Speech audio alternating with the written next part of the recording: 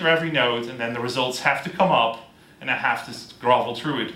I have not more selectivity information or cardinality information to my availability as a query processor to actually figure this out. This actually becomes even more interesting if we're starting to do the following query, where we're actually going to join orders and line items and going to create two informations or two sets of implementations, depending on if we're going to partition on the key, on the order key, right? So one is partitioned on the order key, and the other one is partitioned on the part key, the first one.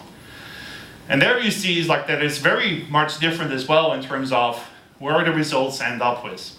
Now the key thing here is not about these numbers. That's not my point. My point is getting to the right tool for the job. Right? So this allows, Hive allows us to do a lot of interesting things. But it's like, again, just like a relational database is not a Swiss Army knife, neither is Hadoop. Okay. So the last part that I want to talk about is actually how do we integrate between two worlds, because it's like we came to the conclusion that based on the evolving sets of data that users have to work with, we will live in two worlds. We will have two of these kinds of environments sitting side by side.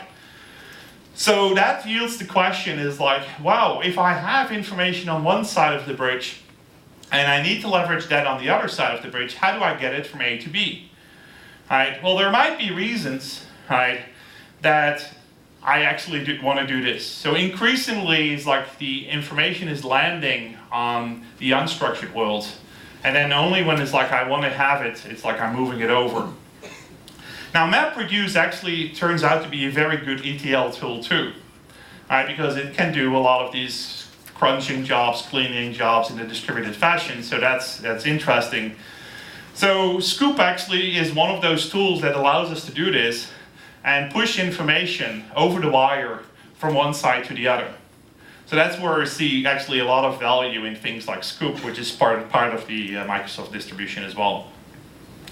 Now the other way around actually, there might be information that you have on the structured side that you need to include inside your queries. Now how do you do that, right? You can't push the unstructured world into relational because it's unstructured, right? It simply doesn't match. So the only way that you can do this is bring the structured data into the unstructured world.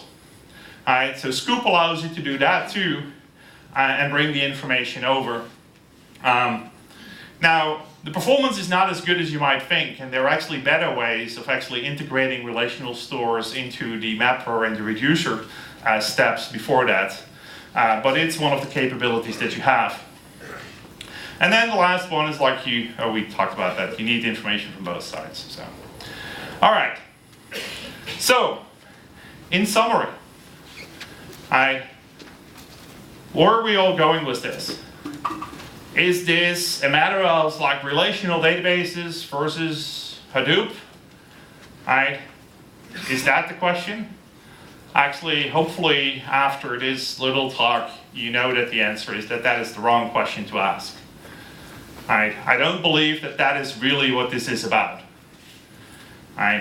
What it's really about is how we actually have the different storage technologies that we have and leverage them into a value proposition where we satisfy the needs for the business in the most efficient way. And there are certain aspects that we're better off implementing through a set of pizza boxes, stack them up, assume that they will fail, and deal with it.